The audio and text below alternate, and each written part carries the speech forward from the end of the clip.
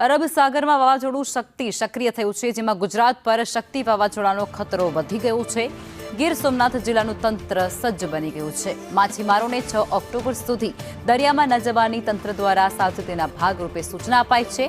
હાલ પવનની ગતિ 65 થી 75 કિલોમીટર પ્રતિ કલાકની રહી છે, જેમાં 5 ઓક્ટોબર સુધી પવનની ગતિમાં પણ વધારો થશે। પવનની ગતિ 110 કિલોમીટર પ્રતિ કલાક પણ રહી શકે છે।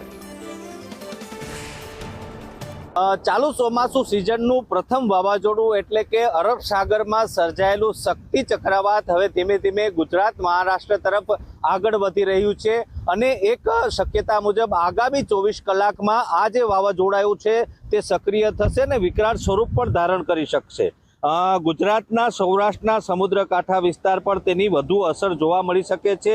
આજે સાંજથી આગામી 6 ઓક્ટોબર સુધી સૌરાષ્ટ્રના સમુદ્રકાંઠા વિસ્તારમાં ભારે પવન સાથે હળવાથી ભારે વરસાદની સંભાવનાઓ વ્યક્ત થઈ રહી છે। આપણે આ જે દ્રશ્ય નિહાળી રહ્યા છો તે ગીર સોમનાથ જિલ્લાના અરબી સમુદ્રના દ્રશ્ય છે। 5 ઓક્ટોબર સુધી સમુદ્રમાં વધુ ભયાનકતા સર્જાઈ શકે છે। દરિયો હાઈ ટુ વેરી હાઈ રહેશે અને ખરાબ દરિયાઈ પરિસ્થિતિને ધ્યાને લઈ માછીમારોને દરિયો ન ખેડવા માટે પણ તાકીદ કરી દેવામાં આવી છે।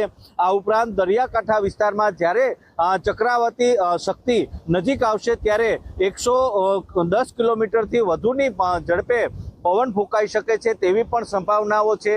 ત્યારે જે સંભવત આપાતકાલ પરિસ્થિતિને પહોંચી વળવા માટે ગીર સોમનાથ જિલ્લાનું જે વહીવટી તંત્ર છે તે પણ સજ્જ બન્યું છે। ડિઝાસ્ટર વિભાગની ટીમ સતત દેખરેખ રાખી રહી છે।